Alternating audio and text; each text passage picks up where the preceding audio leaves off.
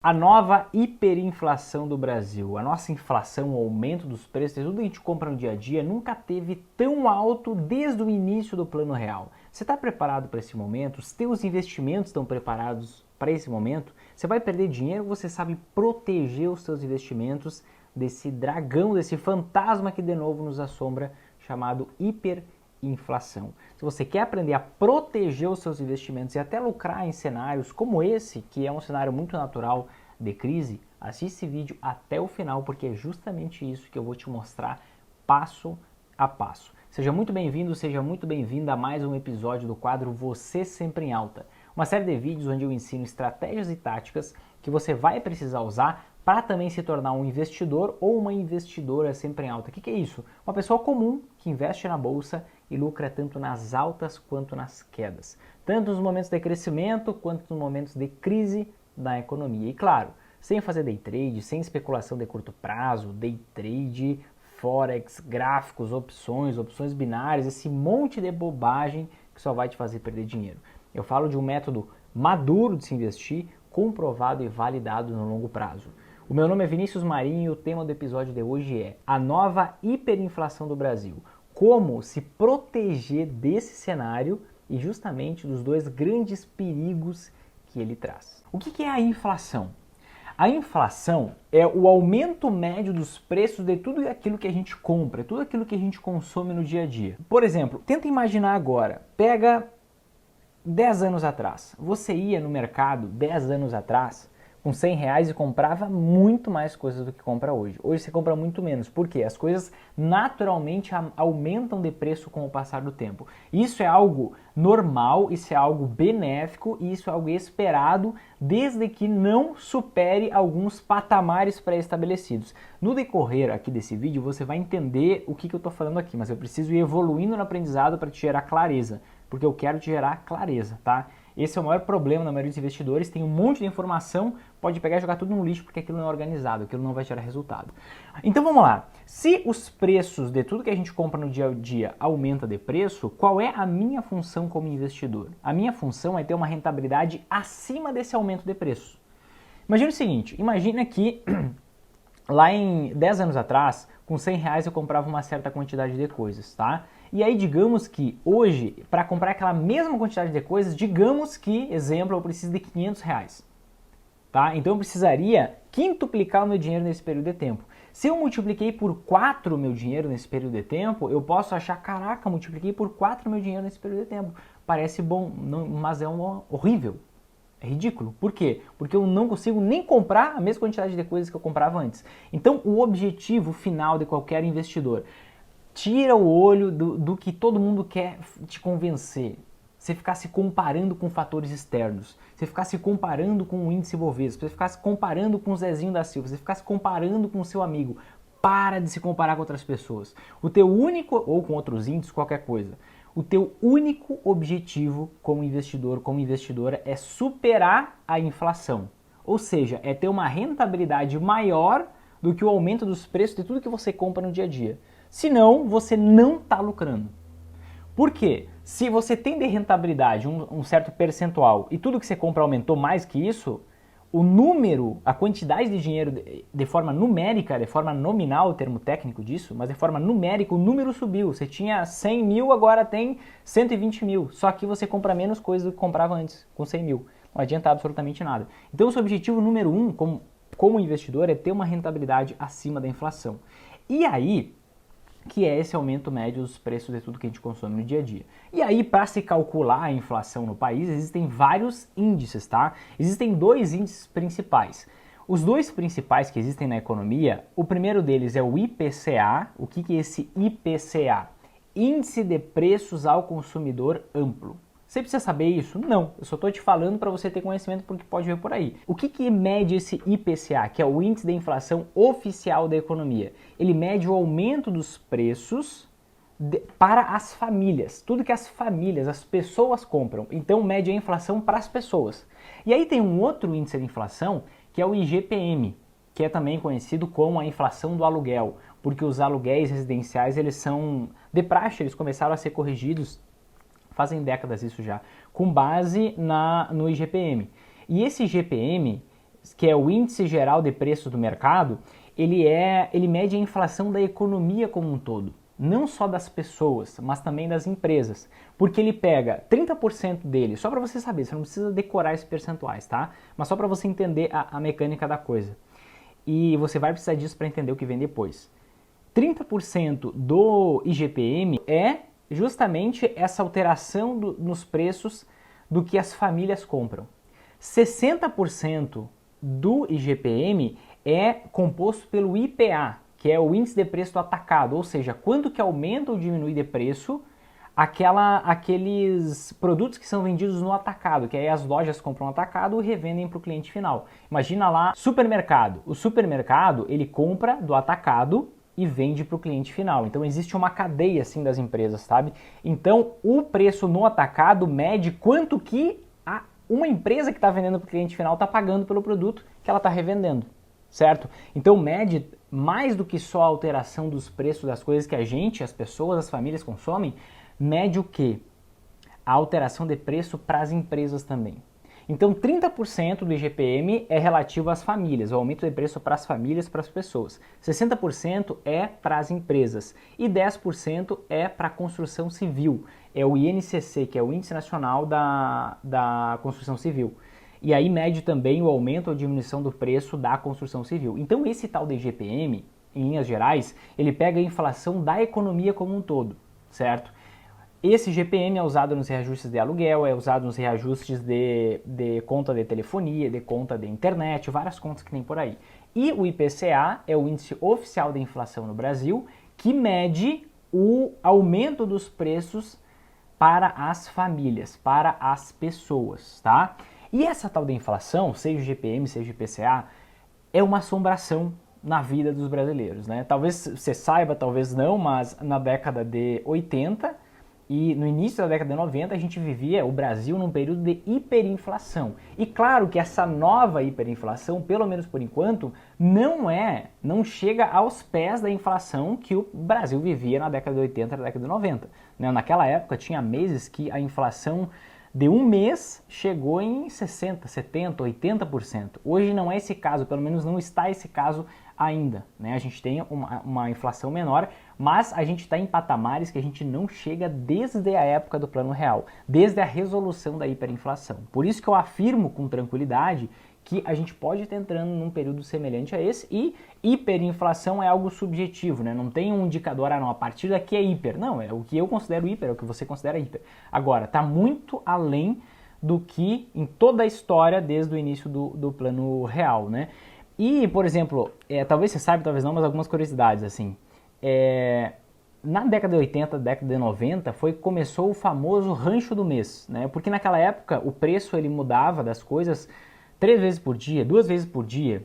O preço no início do mês e no final do mês era totalmente diferente. Podia até quase dobrar, né? Como eu te falei, num mês a inflação foi de 80%. Nessa época em que a inflação era muito alta, tinha um período de hiperinflação, foi justamente quando surgiu essa ideia do rancho do mês, né? Porque a pessoa recebia o salário e diretamente ela ia lá e comprava a maior quantidade de coisas no supermercado que ela podia, porque senão daqui a alguns dias ela ia pagar 50% mais caro. E foi aí que se popularizou também o freezer, que na verdade em alguns lugares do Brasil não é conhecido como freezer, como congelador. O freezer é uma marca de congelador, porque as pessoas compravam tudo de comida que elas podiam e elas congelavam, elas guardavam, e aí que se popularizou o freezer, senão era só a geladeira que era mais famosa, né? E refrigerador, não é geladeira também. Mas se popularizou o freezer para acondicionar todas essas comidas, todos esses alimentos, por causa dessa tal de hiperinflação. E o fato é que você deve ter percebido desde o início de 2020 para cá um aumento nos preços de absolutamente tudo que a gente compra no dia a dia, né? Só que para mim, duas coisas foram muito emblemáticas nesses últimos tempos. A primeira coisa muito emblemática aconteceu em setembro de 2020. E quem me acompanha há mais tempo sabe que eu falo de inflação alta desde lá do início, desde lá do início de 2020, né? Porque é um processo natural, você vai entender a cadeia das coisas aqui. Né? É natural, já era esperado que essa inflação fosse ser galopante a partir de um certo momento. Mas quando, em setembro de 2020, começou a entrar em circulação a nota de R$200, aquilo ali foi um alerta muito importante. Um alerta de que, por que um país está colocando em circulação uma nota de um valor maior? Quanto maior o valor de uma nota em circulação, menos vale o dinheiro, ou seja, maior é a inflação e a própria expectativa para a inflação. Então aquilo ali já foi um ponto que cheirou uma inflação alta, né? É um negócio assim que é um acusador, é um dedo duro de inflação, é um governo justamente pegar e incluir uma nota de um maior valor numa economia.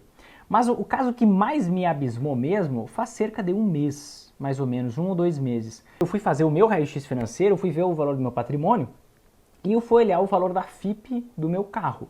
E quando eu olhei o valor da FIP do meu carro, eu vi que o meu carro valorizou mais de 4% de um trimestre para o outro. Então assim, não é de um ano para o outro, de um trimestre para o outro meu carro valorizou mais de 4%. Se eu for olhar de um ano para o outro, de 2020 para cá, valorizou ainda mais. Então, a gente está num estágio em que até até os automóveis estão valorizando por causa da alta nos preços de tudo que a gente compra no dia a dia. E uma dessas altas, eu vou te mostrar daqui a pouco, é a do minério de ferro, que acaba também do próprio petróleo, e esses dois acabam levando até embalagens, plástico, fibra, faz o preço de tudo isso subir, com isso até o carro usado está com preço sendo elevado. Só para você ter uma ideia assim do que está acontecendo, olha só, em maio de 2021, tá? Hoje, exatamente dia 31 de maio de 2021, em maio de 2021 a inflação do aluguel, que é esse tal de IGPM que eu te expliquei agora há pouco, atinge o recorde em 26 anos, tá? Nos últimos 12 meses o IGPM está subindo 37%. Incríveis 37%. A gente não está falando aqui de uma inflação como a gente falava no passado, que era uma inflação de 3%. A gente está falando de 37%.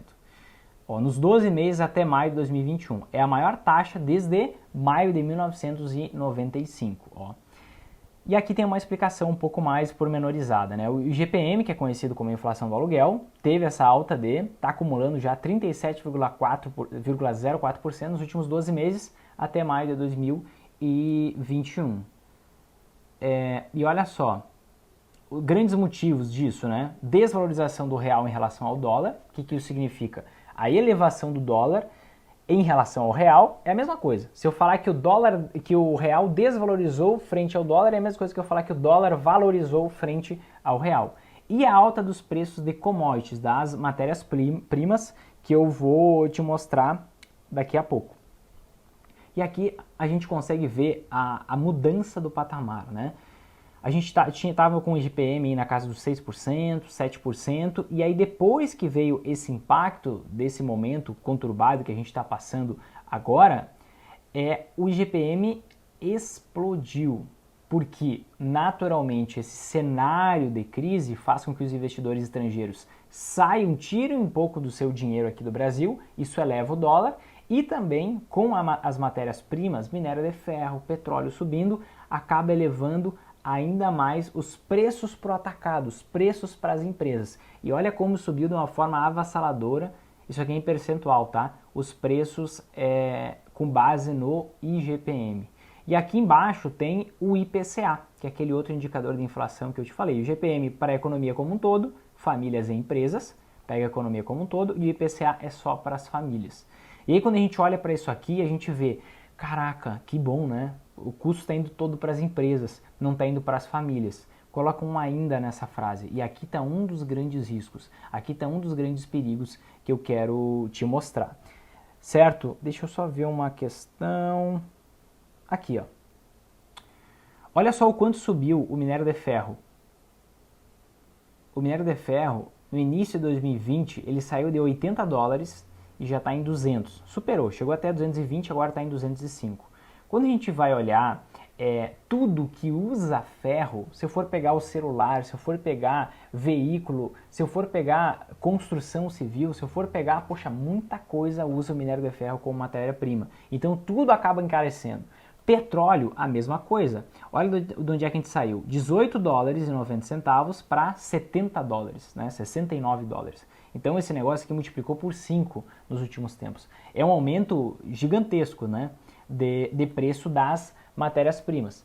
E aí, junta isso, um aumento dos preços das matérias-primas, pega petróleo, pega minério de ferro, que são as duas principais, a gente usa em quase tudo, né? E são dois exemplos. Se a gente for olhar, o azeite aumentou 80%, o arroz aumentou não sei quanto por cento, os alimentos aumentaram muito também. E soma isso à alta do dólar, porque o investidor estrangeiro, naturalmente, ele para de investir em países subdesenvolvidos em momentos de crises internacionais.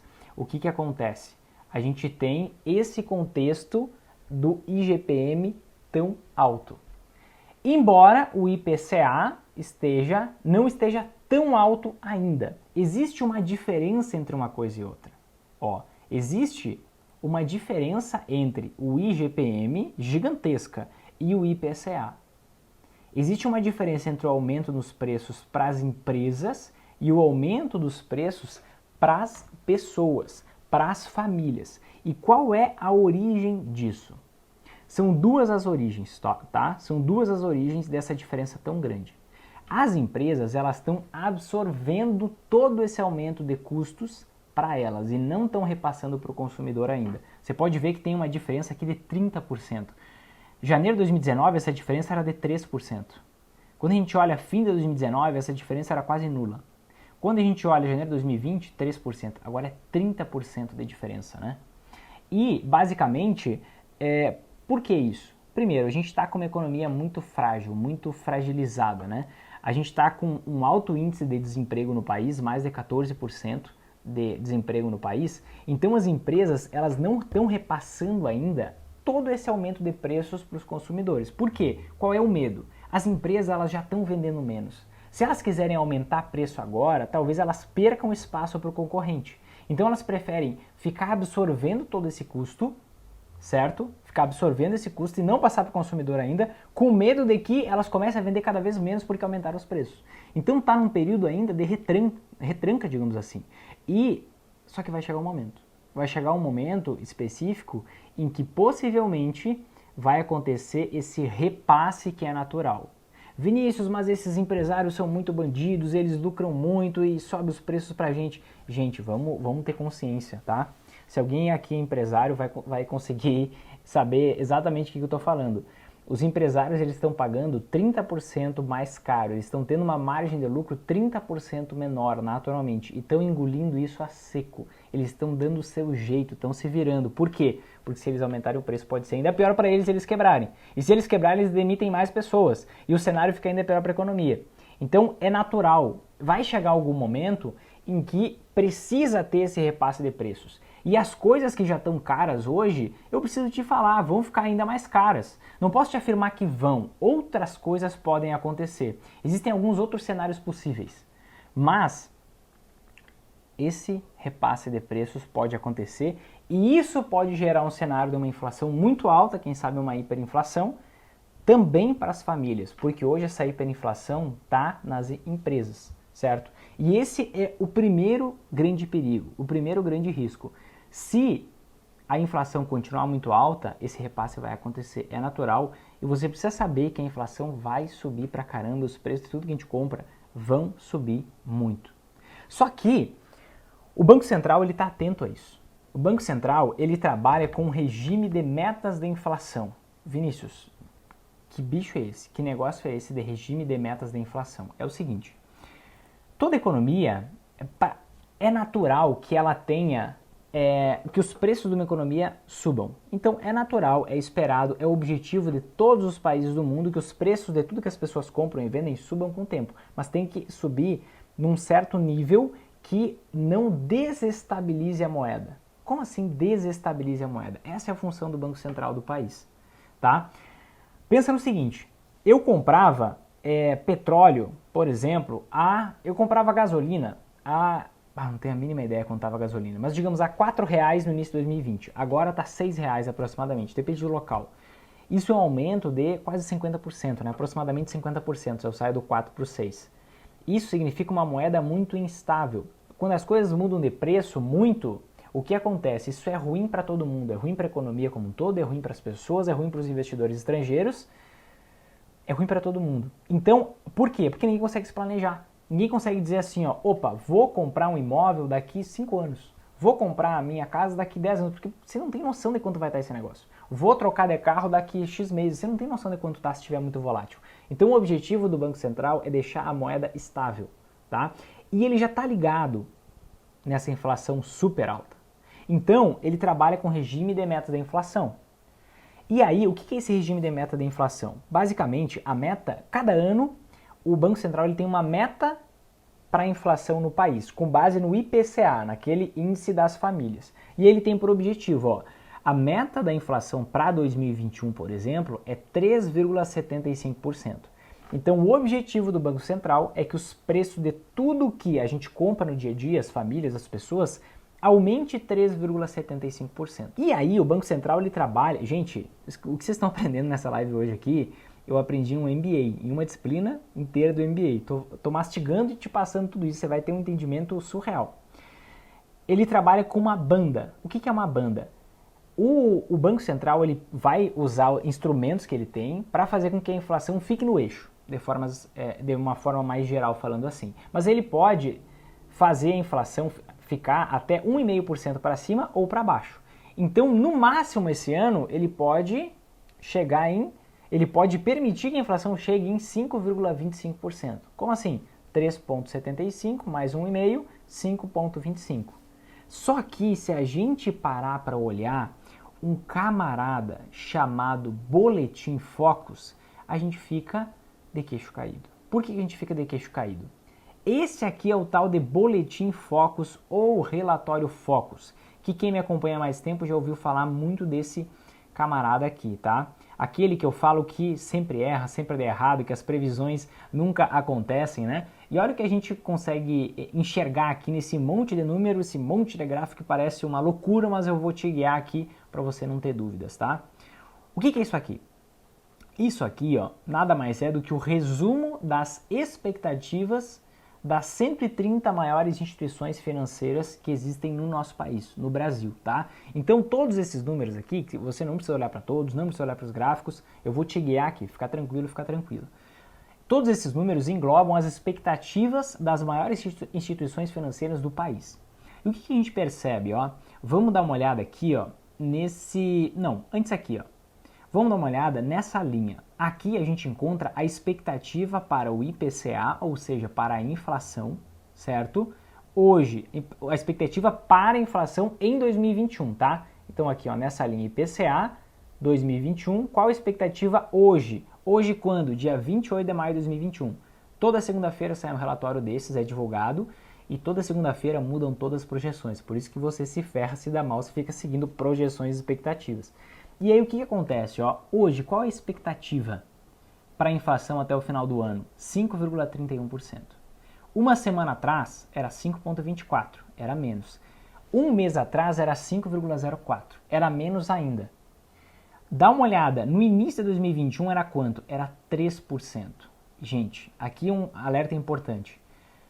Já existe a expectativa de que a inflação vá ficar muito acima do esperado, muito acima do que o governo quer. E o que existe é totalmente o contrário do que a maioria das pessoas esperam. A maioria das pessoas, elas ficam olhando para o futuro. Elas cometem o erro do porco, talvez você já tenha ouvido falar, talvez não. Que o porco ele fica concentrado, ele fuça para frente. E as pessoas querem ganhar dinheiro investindo com base em expectativas. O que eu estou te mostrando aqui? Estou te comprovando mais uma vez com dados atualizados. As expectativas, o nosso objetivo é que a realidade confirme as expectativas. Se eu investir com base em expectativas, em projeções, e a realidade for como eu espero, eu ganho dinheiro. A maioria das pessoas só ganha dinheiro assim. Só sabem investir e ganhar dinheiro dessa maneira. Só que, na realidade, as expectativas, elas acompanham a realidade. Enquanto a inflação não galopava, enquanto a inflação não subia assustadoramente, a expectativa para a inflação estava ali, na casa, morninha. Quando a inflação começou a subir de forma mais vigorosa, no início agora de 2021, aí a expectativa aumentou. Então, ao invés da realidade convergir para a expectativa, o que acontece é o contrário. É a realidade que determina a expectativa. Olha só, 4 meses atrás a expectativa para a inflação era uma, hoje é quase o dobro.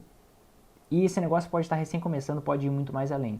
Então entenda, se você olha para alguma expectativa, se alguma projeção te chama a atenção, isso só vai te fazer perder dinheiro com muita certeza e muita tranquilidade, eu te falo isso. É certo que você vai perder muito dinheiro se você investir assim. Por quê? As projeções mudam todo dia. Olha só, IPCA há 4 semanas era 5%. Uma semana atrás 5,24%. Hoje 5,31%. Então toda hora está mudando. Se você investe com base nisso, você vai ficar o escravo dependente toda hora, mudando as projeções. E aí você vai estar toda hora mudando os seus investimentos. Você vai estar atrasado, porque você vai estar agindo depois que a informação é divulgada para todo mundo, você não tem nenhuma vantagem. Você naturalmente vai comprar caro e vai vender barato. Sabendo que isso está acontecendo, o que o Banco Central está fazendo? Você talvez tenha ouvido falar, ele está aumentando a taxa Selic, aumentando a taxa básica de juros. O Banco Central, ele está vendo o que está acontecendo, e aí por isso ele está elevando a nossa taxa básica de juros, está elevando a taxa Selic. Então no início do ano ela estava em 2%, depois passou para 2,75%, depois foi para 3,5%, e aí deve aumentar mais, a expectativa é que chegue a 5,5%, podendo ir com certeza muito além disso. Só que aqui, qual é o objetivo do Banco Central? Para que vocês entendam como funciona a economia como um todo. Olha só, é muito simples, às vezes parece que é uma loucura, é muito simples. Quando o governo, o Banco Central, propriamente dito, aumenta a taxa Selic, o que ele está fazendo? Está aumentando a taxa básica de juros para a economia. Quando ele aumenta a taxa básica de juros para a economia, essa taxa serve de referência para todas as outras taxas de juros. Para as taxas de financiamento, para as taxas de empréstimo, para as taxas de crediário, para as taxas de tudo. Absolutamente tudo, certo? Então, fica muito mais caro para as empresas e para as pessoas pegarem empréstimo. Fica muito mais caro para as empresas e para as pessoas pegarem financiamento. E isso, naturalmente, acaba fazendo as pessoas, de forma forçada, a pararem de consumir muito, a pararem de gastar muito. Faz as pessoas gastarem menos. Com as pessoas gastando menos, o que as empresas vão ter que parar de fazer? Aumentar preço. E aí, naturalmente, a inflação cai. Faz sentido? Então, quando eu coloco uma barreira na pessoa, vai ficar caro você fazer o financiamento imobiliário agora. A pessoa, naturalmente, ela vai, tá muito caro a taxa agora, não vou pegar esse empréstimo agora, não vou pegar esse financiamento agora, não vou comprar. A empresa que vende, ela não vai elevar o preço, nem que ela precise, ela não vai elevar o preço. Ela vai ter que manter ou até reduzir um pouco, de forma que ela consiga continuar vendendo. Então, uma forma que o Banco Central tem de fazer a inflação cair. Tem uma outra questão, que é quando a taxa de juros de um país sobe e a taxa de juros dos outros países pelo mundo tão baixas, aumenta o diferencial da rentabilidade dos investimentos de renda fixa. Né? Pensa o seguinte agora, quando a taxa Selic estava em 2% ao ano, a poupança rendia 1,4%. Hoje a poupança já está rendendo quase 3%. Né? Daqui a pouco a poupança vai estar rendendo 4, 5, é ridículo ainda, mas o diferencial de juros aumenta. Enquanto, por exemplo, na Suíça o juro é negativo, na Dinamarca o juro é negativo, essa mesma taxa Selic nossa, a deles no caso, a equiparada deles. Aqui o investidor estrangeiro ele pode olhar, lá no Brasil está rendendo 4%, acho que eu vou colocar um pouquinho do meu dinheiro lá. E com esses investidores estrangeiros vindo para cá, pegando um pouco dos seus dólares e colocando aqui no Brasil, está entrando dólares na economia, isso faz o dólar cair. Se o dólar cai, o custo das matérias-primas em reais cai, a inflação cai. Esse é o objetivo do Banco Central. Então ele freia a inflação, ele coloca uma barreira para as pessoas gastarem menos e assim as empresas têm que diminuir o preço. Ao mesmo tempo, ele incentiva investidores estrangeiros a virem colocar dinheiro aqui por causa do diferencial de juros. Estados Unidos a taxa está zerada, a renda fixa não rende nada lá. Suíça, Europa como um todo, Japão, depois vou mostrar uma lista de países aqui para você. Estão com juros zerados, alguns até negativo. Poxa, no Brasil está rendendo 4%, vai ter algum louco que vai querer vir aqui colocar, tirar o seu dinheiro lá, sei lá de onde, e colocar aqui na renda fixa por algum motivo. Será que vai? A realidade é bem diferente da teoria, mas depois a gente fala sobre isso. Só que aqui justamente está o perigo número 2, né? A teoria é bonita nessa parte de atração dos investidores estrangeiros por causa do diferencial de juros. Mas na prática, se a gente olhar só a última vez, não precisa nem olhar todos os casos, só a última vez que isso aconteceu, entre 2012 e 2016, a nossa taxa Selic saiu de 7% para 14%, dobrou. No mundo todo, as taxas de juros estavam zeradas. O investidor estrangeiro veio para cá? Não veio. O investidor estrangeiro saiu correndo daqui, porque era um período de crise para a economia. O dólar naquele momento saiu de 2 para 4 reais.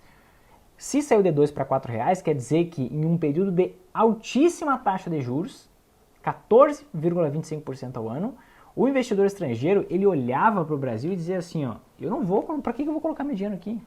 Se o país está em crise, não faz sentido para mim.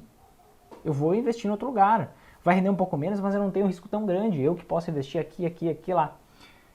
E ele gasta muito, tem muitos custos de movimentar o dinheiro de um país para o outro com esses volumes tão grandes assim também. Custo de transação, tem muita coisa. É igual a relação que hoje a gente tem com a Argentina. Se você tem 3 neurônios, tá? Você pode descobrir que a taxa de juros na Argentina é mais do que 30%. E você pode pensar assim, eu posso ter uma rentabilidade maior que 30% lá. Só que se você tem 3 neurônios, você não topa investir lá. Por quê? Porque a Argentina é bem diferente, o caso é pior que o do Brasil. Ela já deu calote 5 vezes na história, desde 1985.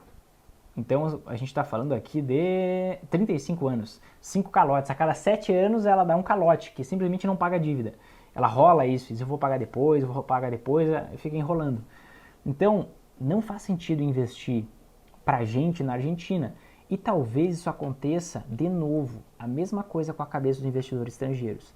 Às vezes a gente fica tão preso na tecnicidade da coisa, na teoria econômica clássica, na forma técnica, que esquece que as pessoas tomam decisões de investimento como seres humanos. Que as pessoas elas comparam risco com retorno, muitas vezes não com cálculo, mas em como elas se sentem. Elas pensam, será que vale a pena investir lá com uma diferença de rentabilidade de 5%, de 7% para ocorrer um risco muito maior? Acho que não. E as pessoas, muitas vezes, elas rasgam a tecnicidade, porque elas tomam decisões não só com base nisso. E se eu acreditar que isso vai acontecer, eu posso dar com a cara na água, igual como aconteceu entre 2012 e 2016. Taxa Selic subiu pra caramba, só que o investidor estrangeiro, ao invés de investir aqui no Brasil, ele fugiu. E por que ele fugiu? Porque o tiro saiu pela culatra. E o tiro pode sair pela culatra de novo. Essa é uma faca, eu não estou fazendo aqui, gente, eu quero que vocês entendam isso. Eu não estou fazendo aqui uma condenação, não estou apontando o dedo para o Banco Central, não estou dizendo que eles estão errados. Eles estão numa posição muito difícil, porque eles têm duas saídas. Ou eles deixam a inflação ser galopante, ou eles aumentam a taxa Selic e tem esse risco de piorar muito mais ainda as coisas. Que foi o que aconteceu entre 2014 e 2016, que foi o período da maior crise da história republicana brasileira. Quando o Banco Central ele aumenta a taxa Selic, não é só isso que acontece. Os juros que aumentam para as empresas e para as pessoas, só o investidor estrangeiro que eles podem atrair, que na maioria das vezes mais espanta do que atrai, você vai entender o porquê agora. Aumenta o custo da dívida das empresas. Talvez você saiba, talvez não, mas 99% das empresas têm dívidas. Isso até um certo nível até é saudável, a depender da estrutura tributária da empresa, ela pode até ter benefício, pagar menos imposto de renda, tendo dívida, né? Então, até um certo nível é saudável. Agora, imagine o seguinte, as empresas elas estavam todas pagando uma taxa de juros, digamos que 2%. Não é 2%, mas parte da dívida é atrelada à taxa Selic. A taxa Selic estava em 2%. Daqui a pouco a taxa Selic vai estar em 6%, quem sabe até mais. Vai triplicar o custo que elas têm com dívida. O quanto elas pagam de juros pela dívida vai triplicar. Isso naturalmente vai fazer o quê? O lucro dessas empresas diminuir, certo? Como as pessoas estão com menos dinheiro do bolso, porque está caro para elas pegar empréstimo, elas vão comprar menos.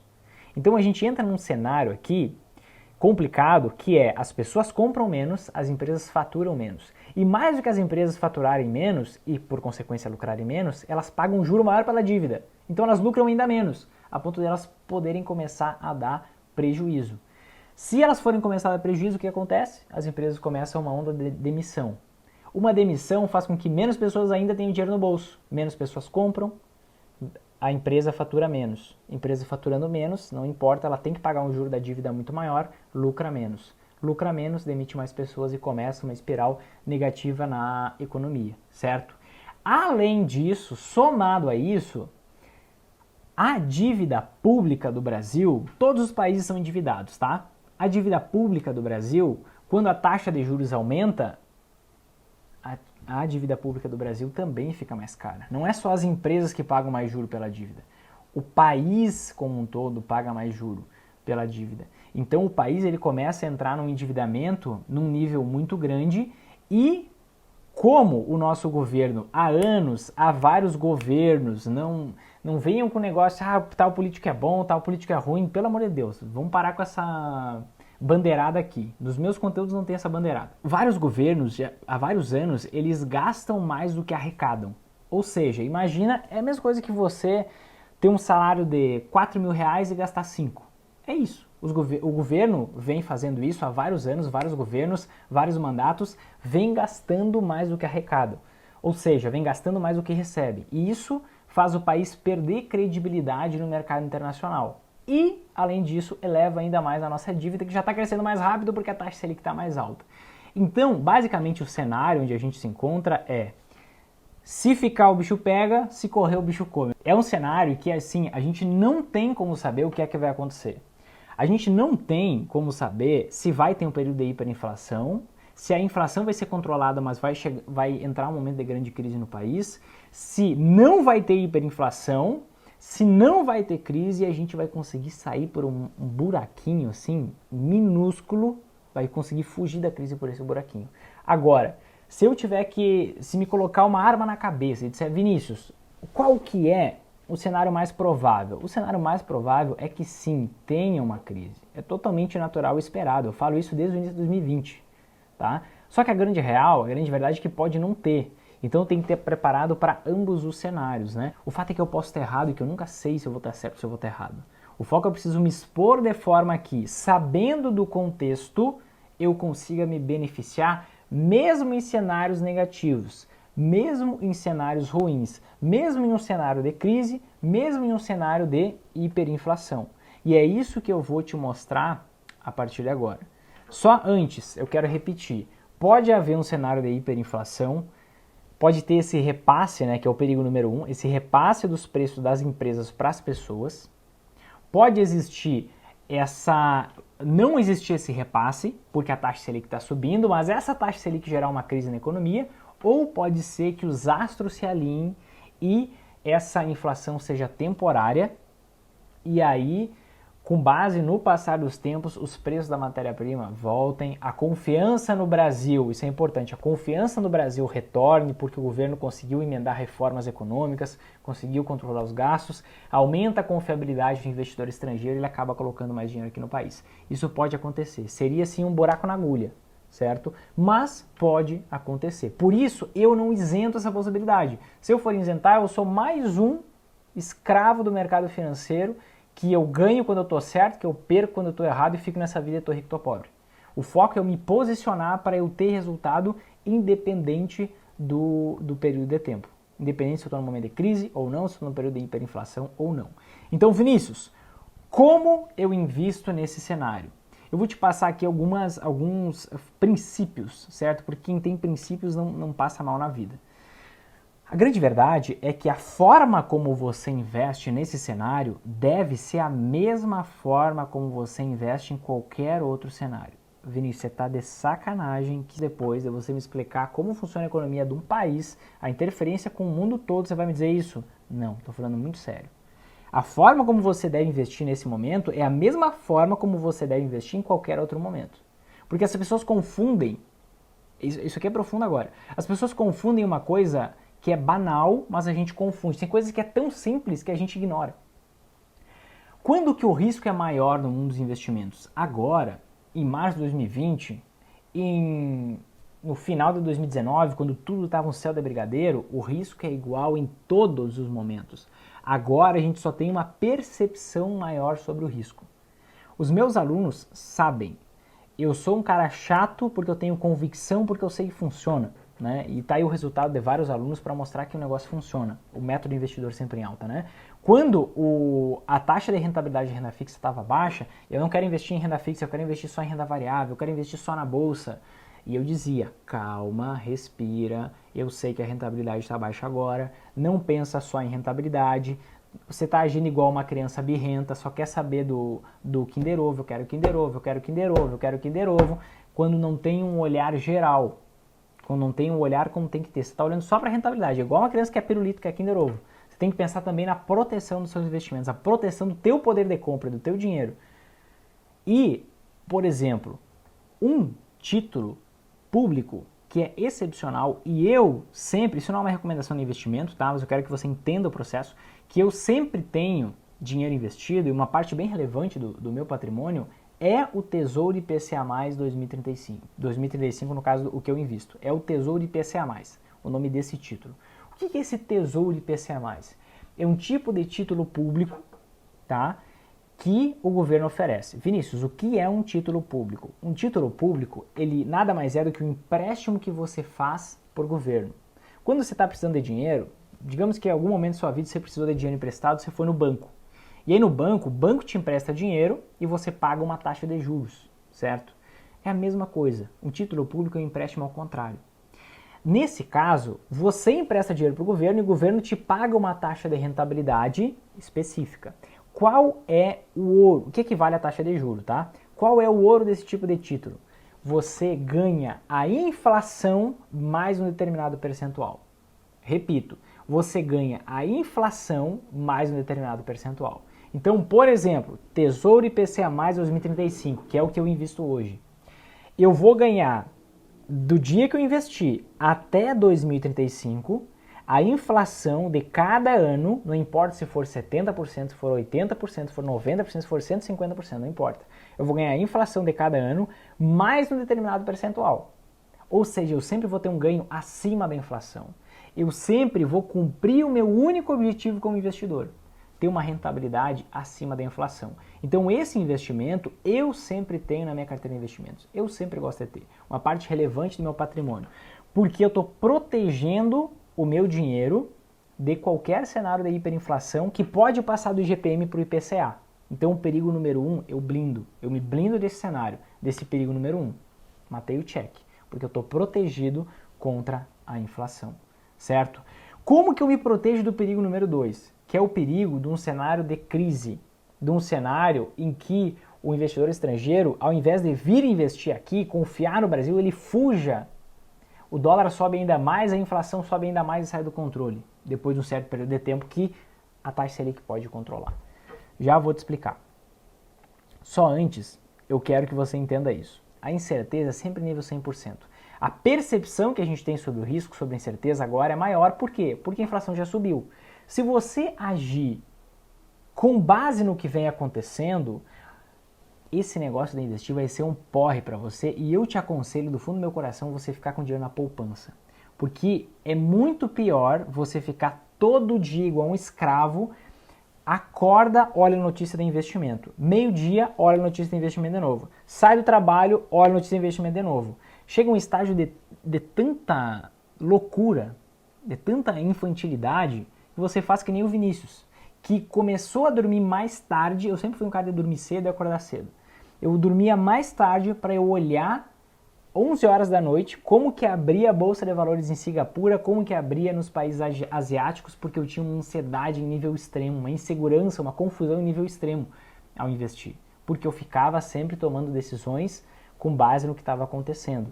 E aí eu não enxergava esse negócio, mas eu estava sempre atrasado. Algo mudava. Inflação começou a vir alta. Opa! E eu vou investir com base nisso. Só que todo mundo teve acesso a essa informação. Então, a maioria das pessoas já se posicionaram. Ou seja, o que tinha que subir já subiu, o que tinha que cair já caiu, e eu estou atrasado. Eu vou comprar caro. Opa, algo positivo para a economia aconteceu. Ah, vou mudar agora meus investimentos. Na hora, é instantâneo. Quando essa notícia é divulgada para todo mundo. E aí, quando você vai vender, você vende barato. Compra caro, vende barato, você faz tudo que um perdedor faz. Quando você fica antenado e gastando tempo acompanhando notícias, acompanhando indicadores econômicos, você não precisa disso. O grande problema que a gente tem, o ser humano, é que a gente dá... Vocês vão me apedrejar por eu falar isso. Mas eu preciso ser sincero. A gente dá valor demais para o critério científico. A gente dá valor demais para probabilidade. Eu me refiro à ciência nesse sentido, da probabilidade. Quando, na verdade, a probabilidade de um cenário, a probabilidade da inflação para o fim do ano, a única coisa que eu consigo... A probabilidade que você pode confiar é que 100% de certeza que a inflação no fim do ano não vai ser 5,31%. Nem 5,24, nem 5,04. Foram os 3 valores que a gente viu aqui. Certamente vai ser outra. Isso eu te garanto, porque todo ano não falha. Vai ser diferente. Agora, a probabilidade de que algo aconteça. Esses dias até mostrei nesse vídeo sobre dólar a R$3, que tinha um banco que ele disse que tinha 65% de probabilidade de que o dólar ia finalizar o ano em 5,70. Em 5,40. Tinha 20% que ia terminar em 5,70 e 15% que ia terminar em outro percentual. Tudo isso é alimentado com expectativas. E as expectativas que a gente tem hoje são influenciadas pela realidade que a gente tem hoje. Você estava muito mais seguro investindo, se você já investia, no início de 2021. Porque as ações estavam, vinham numa alta desde lá de abril. Teve uma quedinha ali de julho a setembro, outubro, depois vinha um novo período de alta, você estava confiante, agora as ações vão voar, e daqui a pouco veio 2021, elas caíram, e aí você ficou afetado de novo por aquela situação, por aquela circunstância, a sua expectativa mudou com base na realidade. Entende como projeção é lixo? A projeção, ela deveria me dar uma vantagem sobre o futuro, sobre o que vai acontecer no futuro, quando na verdade a projeção, ela é fruto do presente, do que eu consigo enxergar sobre o futuro. Amanhã, o que eu consigo enxergar é diferente, já tem mais informações. E eu vou mudar minha projeção. Depois de amanhã de novo, depois de amanhã de novo. Eu sempre vou estar agindo atrasado. Isso é pura palhaçada, investir com base em projeção. E é palhaçada no sentido de infantilidade. Por isso que eu venho aqui para trazer um conteúdo denso, profundo, que expõe o cenário para você e te mostra assim, ó. Você precisa investir de uma forma diferente como a maioria faz. Senão você... É aquele clichê clássico. Você vai ter os resultados que todo mundo tem se você investir da mesma forma que todo mundo investe. E 95% perde dinheiro na bolsa. Se você reagir a qualquer acontecimento, você vai estar sempre atrasado. Vai estar vendendo barato e comprando caro.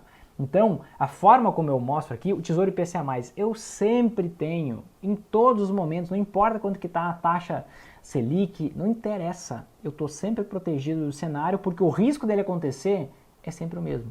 A minha percepção sobre o risco que aumenta ou diminui.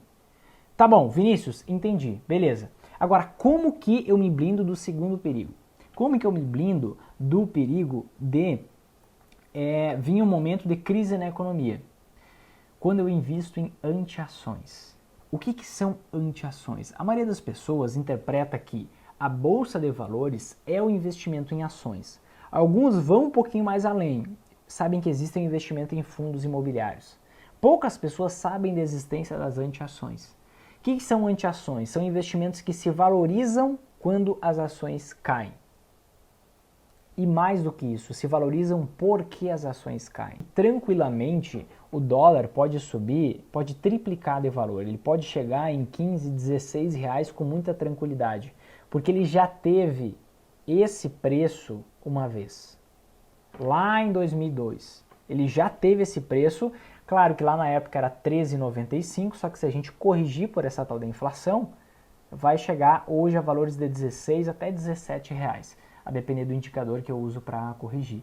Então, se a gente viver um período semelhante ao período entre 2012 e 2016, naturalmente, mesmo com a taxa Selic em 20% ao ano, o investidor estrangeiro não vai querer vir para cá. Ele vai querer fugir daqui, porque ele não consegue sentir confiabilidade. É a mesma coisa que acontece com a Argentina. A Argentina tá com o dólar está subindo 500% no último ano, tá? Só que a Argentina está com a taxa de juros em 38%. A última vez que eu vi estava 38%. Deixa eu ver como é que tá agora. Aqui, ó, 38%. Até vou compartilhar a tela com você aqui. Aqui, gente, ó, taxa de juros da Argentina, 38%. Só perde para o Zimbábue e para a Venezuela. só perde para o Zimbábue e para a Venezuela. Alguém é louco de ir colocar o seu dinheiro lá? Os investidores estrangeiros não vão para lá. Por isso que o dólar sobe lá. Por isso que mesmo com, caraca, vou ter 38% na renda fixa, não importa, eu não topo. Por quê? Porque o risco é muito maior. Então pode ser que aconteça isso e eu preciso investir em anti-ações. O que são anti-ações? Uma das anti-ações é justamente o próprio dólar. É o próprio dólar. Por quê? Por que está acontecendo na Argentina? Tem muitas pessoas, muitos investidores estrangeiros tirando dólares da Argentina. O que define aqui no Brasil? Vamos voltar para o Brasil.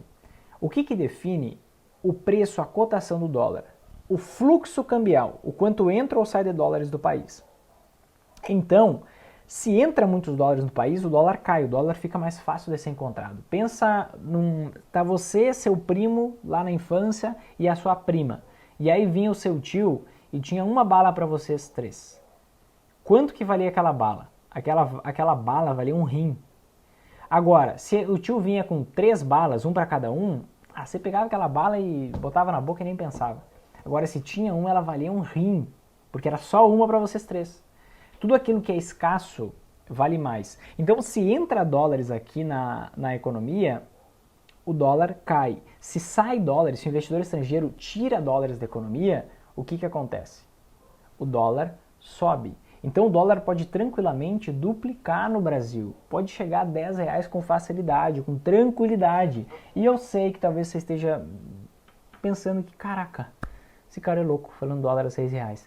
Esse era o mesmo pensamento que as pessoas tinham quando o dólar estava 3 e eu falava que podia chegar a 5, podia chegar a 6.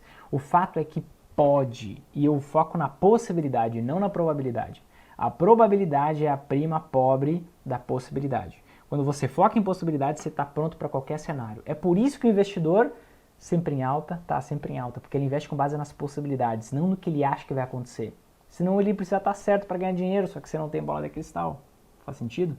Então o dólar pode subir muito sim. O investidor estrangeiro no cenário de crise, ele vai ver o cenário de crise da economia. Ele tem hoje centenas de bilhões investidos em ações brasileiras. Ele está vendo lá as empresas cada vez tendo mais prejuízo. Ele vai vender ações caem, vai tirar os seus dólares do Brasil, o dólar sobe. Então eu preciso ter esse investimento se eu quero lucrar num período como esse.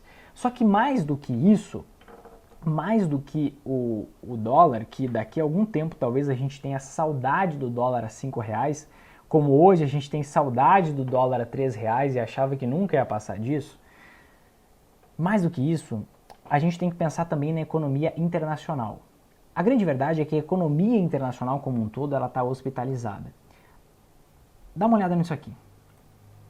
Ó, nesse site aqui, o que você está vendo? Você está vendo a taxa básica de juros de cada país, tá? Da maior para a menor. Então aqui você vai ver, poxa, quase todos os países do mundo, tá? O que a gente consegue perceber aqui, ó? Vamos olhar o nome de alguns países, ó.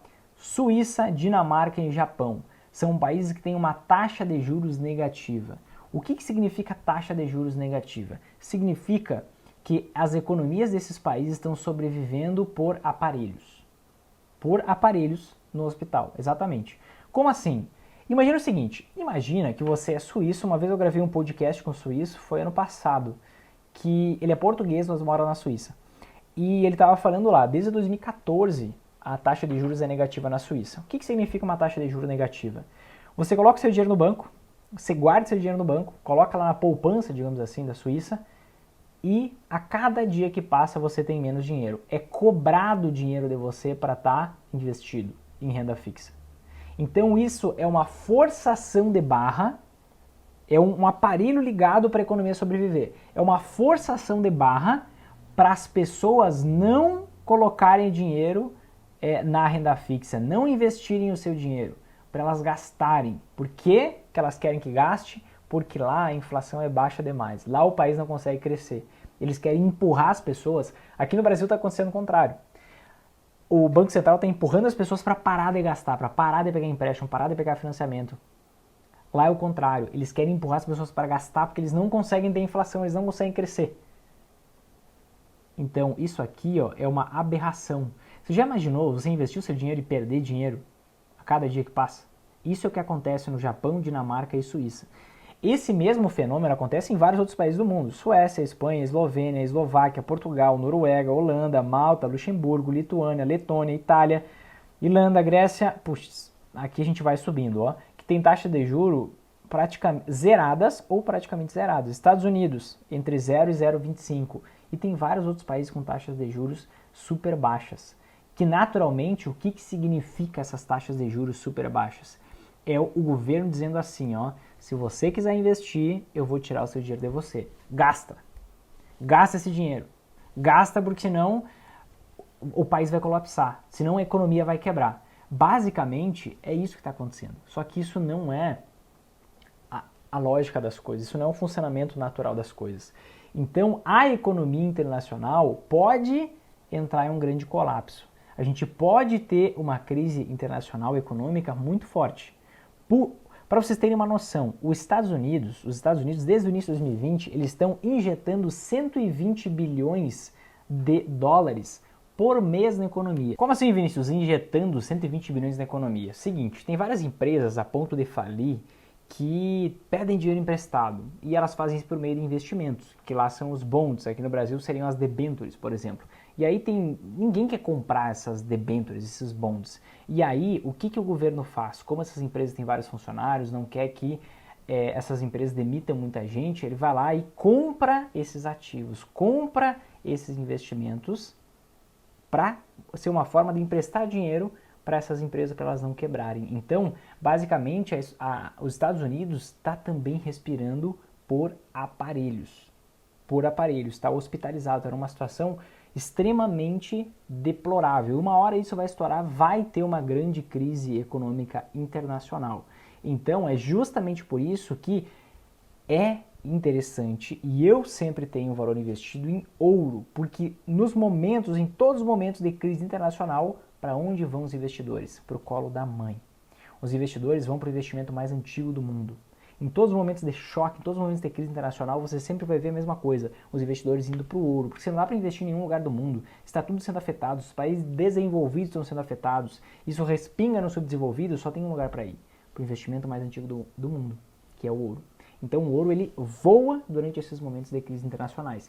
E é justamente por isso, porque todo esse cenário já é ruim, já é péssimo para a economia mundial, uma parcelinha em ouro é extremamente importante, extremamente interessante para qualquer investidor que preze não só por fazer que nem aquela criança birrenta que fica querendo rentabilidade, sem olhar para os riscos. Para aquela pessoa que tem responsabilidade, tem maturidade ao investir e não quer ficar sempre correndo risco de forma permanente. Então eu te mostrei aqui nesse vídeo justamente como você se blinda do perigo 1, que é o primeiro perigo, né? E o perigo 2. Quem é esse tal de perigo 1? A gente tem um cenário de hiperinflação. Como você se blinda? Eu sempre tenho uma boa parcela do meu patrimônio nesse título que é o Tesouro IPCA+. E o perigo 2 é justamente de acontecer um cenário de crise, seja no Brasil e talvez mais além uma crise internacional. Para isso a gente investe também em anti-ações. Não só o dólar, mas também o ouro. Dólar para um cenário mais crise no Brasil, ouro para um cenário pior, uma crise que naturalmente vai precisar acontecer em algum momento, que é uma grande crise econômica internacional. Afinal, os Estados Unidos têm 8 trilhões de dólares, 8 trilhões de dólares que eles já injetaram na economia. Isso vem acontecendo desde a crise lá em 2008 da bolha imobiliária americana até hoje. Uma hora esse negócio vai ter que estourar. Por quê? Estão enchendo o balão, estão jogando dinheiro na economia, estão colocando a economia para ela conseguir respirar e continuar viva, ela que está sobrevivendo sob aparelhos. Está hospitalizado. Uma hora é normal, vai ser fatal. E quem está preparado vai conseguir, inclusive, lucrar nesses períodos. Quem não está preparado, naturalmente vai perder bastante dinheiro. Quem sabe vai demorar décadas a mais para chegar onde quer. Certo, gente? Se você gostou desse vídeo, se você entendeu aqui que eu te passei basicamente uma disciplina de MBA em uma hora, de forma aplicável nos teus investimentos, se você vê valor nisso aqui, faz o seguinte agora. Aqui embaixo tem um botão de curtir, like, gostei, um coraçãozinho. Clica nele porque assim as redes sociais divulgam esse vídeo e assim a gente consegue ajudar mais pessoas. Você me ajuda a fazer isso. Também aproveita, pega todos os seus amigos que você sabe que tem interesse ou que investem, compartilha com eles que eu tenho certeza que isso aqui pode ser transformador para eles nos próximos anos, tá bom? A gente se vê no próximo vídeo, um grande abraço e até mais.